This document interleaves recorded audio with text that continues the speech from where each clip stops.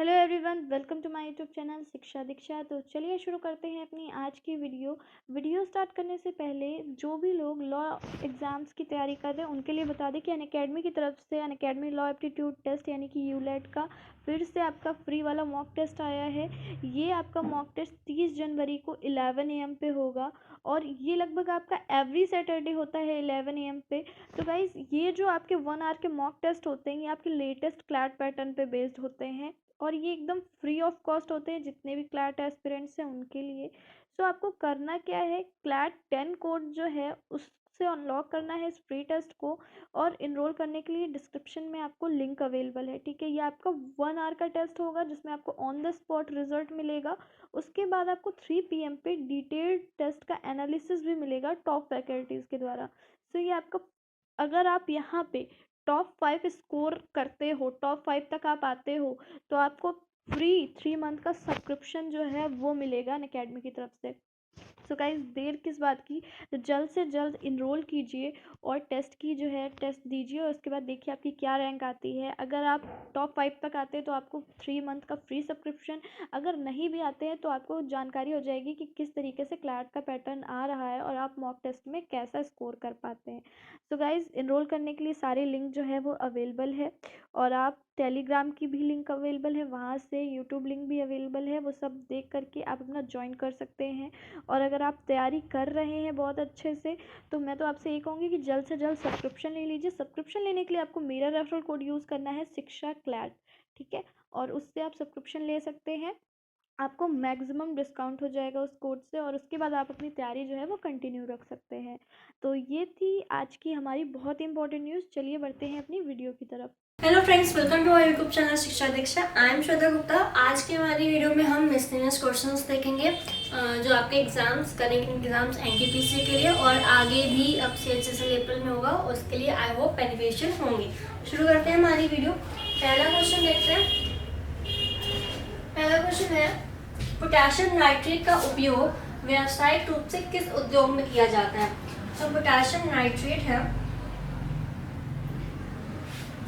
जो potassium nitrate है यानी KNO3, इसका जो फॉर्मूला है KNO3, इसका उपयोग व्यावसायिक रूप से किस उद्योग में किया जाता है? ऑप्शंस हैं ग्लास मैन्युफैक्चरिंग यानी शीशे के निर्माण में, विद्युत लेपन में इलेक्ट्रोप्लेटिंग, पटाखों के निर्माण में, फायर क्रैकर मैन्युफैक्चरिंग में, या फिर चमड़ा उद्योग में यानी लेदर इंडस्ट्री में। तो जो पोटेशियम नाइट्रेट है इसका उपयोग कहाँ किया जाता है? पटाखों के निर्माण में, फायर क्रैकर मैन्युफैक्चरिंग में किया जाता है। क्या, क्योंकि फायर क्रैकर की बात है तो क्या, गन पाउडर बनाने में इसका उपयोग किया जाता है, गन पाउडर यानी बारूद। ठीक, बारूद। अगला क्वेश्चन देखते हैं। निम्नलिखित में से तूतिया किसका अन्य नाम है? ऑप्शन है कॉपर सल्फेट, ऑक्सीजन, कॉपर या मैग्नीशियम ऑक्साइड।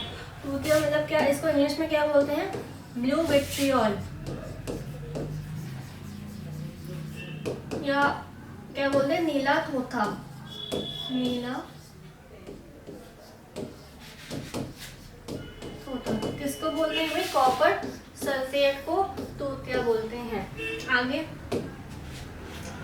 तत्व की परमाणु संख्या किससे निर्धारित होती है? ऑप्शंस, परमाणु में इलेक्ट्रॉन और प्रोटॉन की संख्या जोड़ने पर, परमाणु में न्यूट्रॉन की संख्या, या फिर तत्व की संयोजकता यानी वैलेंसी ऑफ एलिमेंट, या फिर परमाणु में प्रोटॉन की संख्या, the number of protons in one atom. तो जो तत्व में परमाणु की संख्या किससे निर्धारित होती है भाई?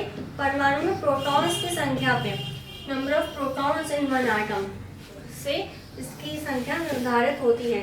कैसे? जैसे कि हम जानते हैं कि इलेक्ट्रॉन और प्रोटॉन बराबर होते हैं। जी, इलेक्ट्रॉन प्रोटॉन बराबर है तो और क्या, एटॉमिक नंबर भी बराबर होगा, मतलब सेम होगा एटॉमिक नंबर।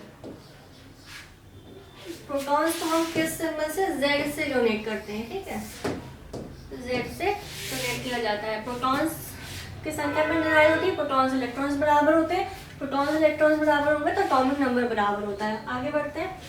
सर्वाधिक स्थिर या निष्क्रिय परमाणु की बाहरी कक्षा में इलेक्ट्रॉन्स की संख्या कितनी होती है? जो जैसे हम आउटर लेयर जो होती है हमारी, तो ये जो आउटर लेयर है इसमें बोला है कि इलेक्ट्रॉन की संख्या कितनी होती है, तो कितनी होती है भाई 8 होती है। ठीक, 8 होती है। ये जो बाहरी लेयर होती है इसको क्या ऑक्टेट बोलते हैं, ऑक्टेट कंप्लीट। जो भी इलेक्ट्रॉन्स हैं वो अपनी बाहरी कक्षा का जिनका जो ऑक्टेट होता है ये कंप्लीट कर लेते हैं। इस बाहरी उससे ना तो इलेक्ट्रॉन्स किसी को दिया जाता है ना ही लिया जाता है, ये कंप्लीट है। और अपने आप में ही क्या मतलब बोलता है, और का मतलब अपने आप में क्या होता है 8। ठीक, तो जो सर्वाधिक स्थिर या निष्क्रिय परमाणु में जो बाहरी कक्षा होती है, ये जो बाहरी कक्षा में 8 है, इसमें इलेक्ट्रॉन की संख्या कितनी होती है भाई 8 होती है। ठीक है, आगे चलते हैं। धातु क्रम यानी मेटलर्जी एक प्रक्रिया है अयस्क के भर्जन की यानी रोस्टिंग ऑफ ओर, अयस्क से धातु के निष्कर्षण की यानी extracting metals from the ore, धातु के सरलीकरण की यानी लिक्विफिकेशन ऑफ मेटल्स, या ब्लास्ट फर्नेस में मौजूद अयस्क में धातु मिलाने की यानी adding metal to the ore in blast furnace. तो मेटलर्जी कैसी प्रक्रिया है, रोस्टिंग ऑफ ओर, अयस्क के भर्जन की।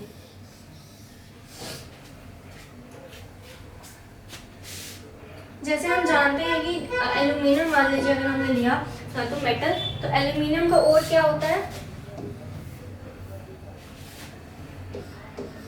एल्यूमिनियम का ओर क्या होता है बॉक्साइट होता है। ठीक, दूसरा ले लें अगर जैसे लेड है, लेड का ओर क्या होता है गैलेना होता है। ठीक, तो अलग अलग धातु के अलग अलग आयन अलग अलग ओर्स होते हैं। ठीक, अलग अलग जो धातुएं हैं उनके अलग अलग ओर होते हैं। तो जब हम ये कहते हैं कि जब अयस्कों से धातुओं को निकाला जाता है उसी प्रक्रिया को हम मेटलर्जी कहते हैं।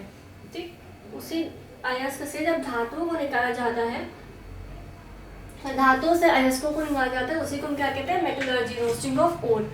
आगे बढ़ते हैं। समस्थानिक यानी आइसोटोप्स किस आधार पर भिन्न होते हैं, number of electrons, protons, neutrons और केमिकल रिएक्टिविटी। क्वेश्चन पूछा जाता है काफी बार वन एग्जाम्स में।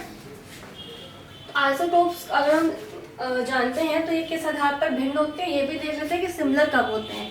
तो पहले भिन्न की बात करते हैं, तो कब होते हैं नंबर ऑफ न्यूट्रॉन्स के आधार पर ये डिफरेंट होते हैं। एग्जाम्पल के तौर पर अगर देखें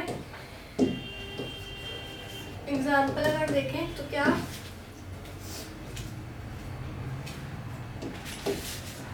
जैसे मान लीजिए हम कार्बन का ले रहे हैं, ठीक है 6, 12, 6, 14, ये तो हमें पता ही है कि ये 6 क्या होगा हमारा एटॉमिक नंबर, ठीक, और ये ऊपर का मास नंबर। ठीक,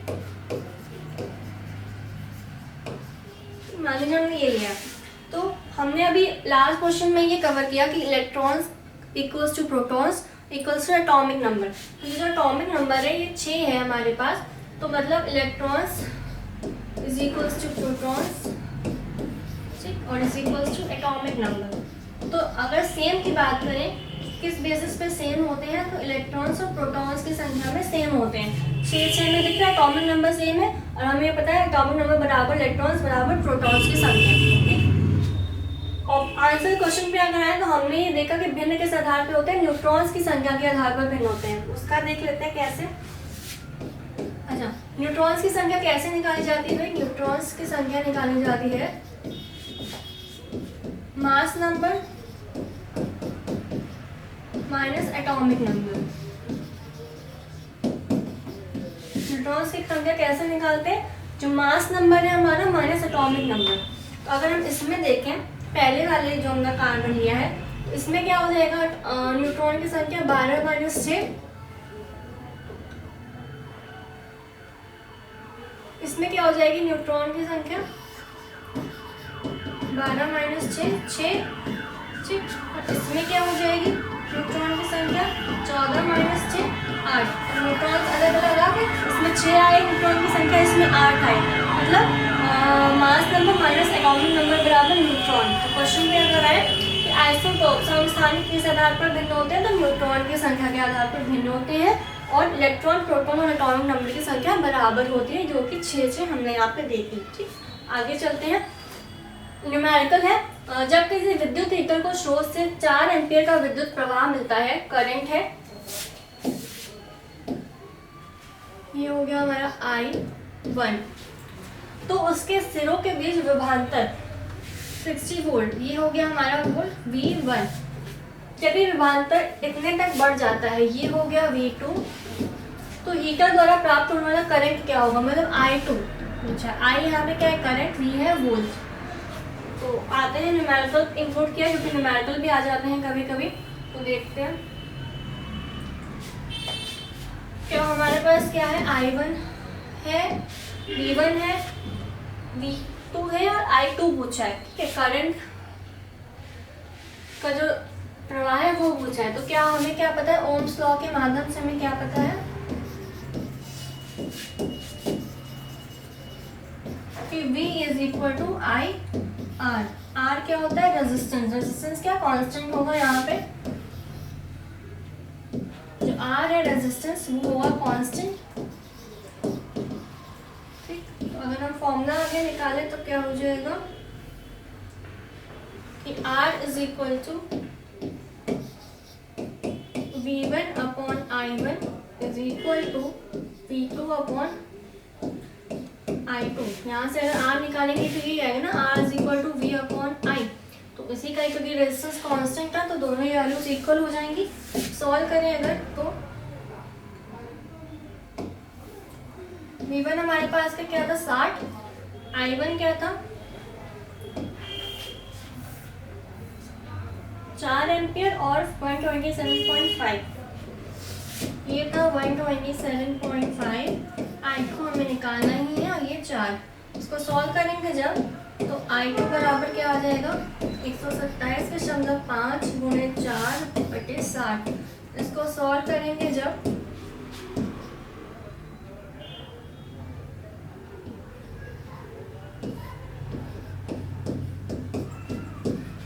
सॉल्व करेंगे तो आंसर आएगा हमारा 8.5 एम्पियर। ठीक, आंसर क्या हो जाएगा हमारा। तो आप सूत्र देख लीजिए, फॉर्मूला क्या लगाना है हमें, V is equal to IR, Ohm's law के माध्यम से लगाया, रेजिस्टेंस कांस्टेंट था तो दोनों वैल्यूज को इक्वल किया, वैल्यू पुट करेंगे तो आंसर आ जाएगा। तो आंसर हमारा क्या आया 8.5 एम्पियर I2 की वैल्यू। ठीक, क्या लगाया था, V is equal to IR। आगे बढ़ते हैं, एथेनॉल का क्वथनांक क्या हो जाएगा, 78 डिग्री सेल्सियस होता है एथेनॉल का क्वथनांक। फॉर्मूला क्या होता है, C2H5OH। ठीक, एथेनॉल का फॉर्मूला क्या, C2H5OH, 78 डिग्री सेल्सियस। आगे निम्नलिखित में से कौन सा पुनर्जनन के साथ साथ बडिंग द्वारा उत्पन्न हो सकता है, अमीबा, यीस्ट, हाइड्रा या प्लाज्मोडियम। तो पुनर्जनन के साथ साथ बडिंग द्वारा इंपॉर्टेंट है, कौन होता है, हाइड्रा।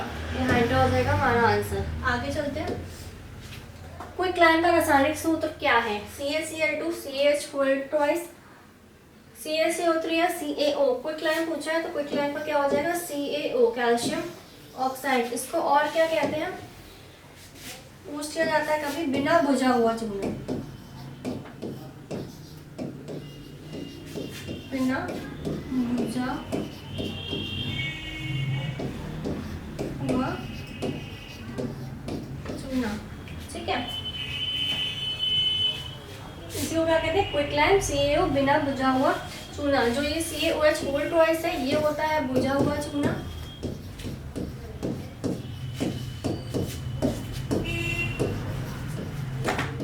CaOH होल ट्वाइस है, ये होता है बुझा हुआ चूना। इसी को क्या कहते हैं, स्लेक्ड लाइन। इसको क्या कहते हैं, स्लेक्ड लाइन। ठीक है, और ये जो CaCO3 है इसको क्या कहते हैं, चूना पत्थर।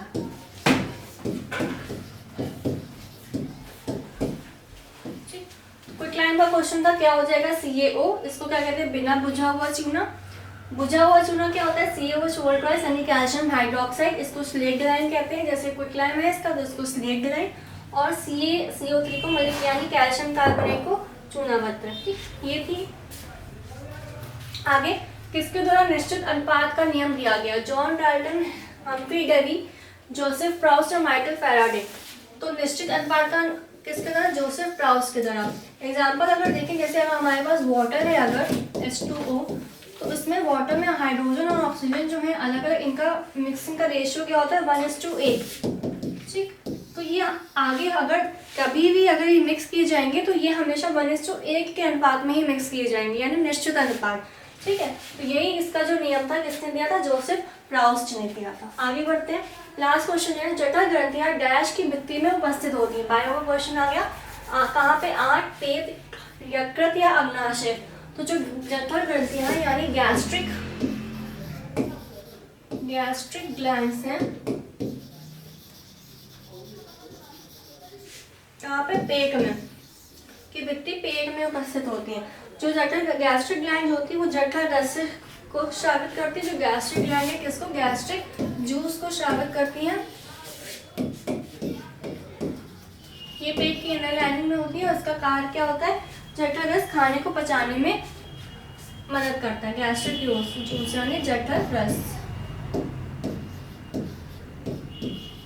तो क्वेश्चन क्या है?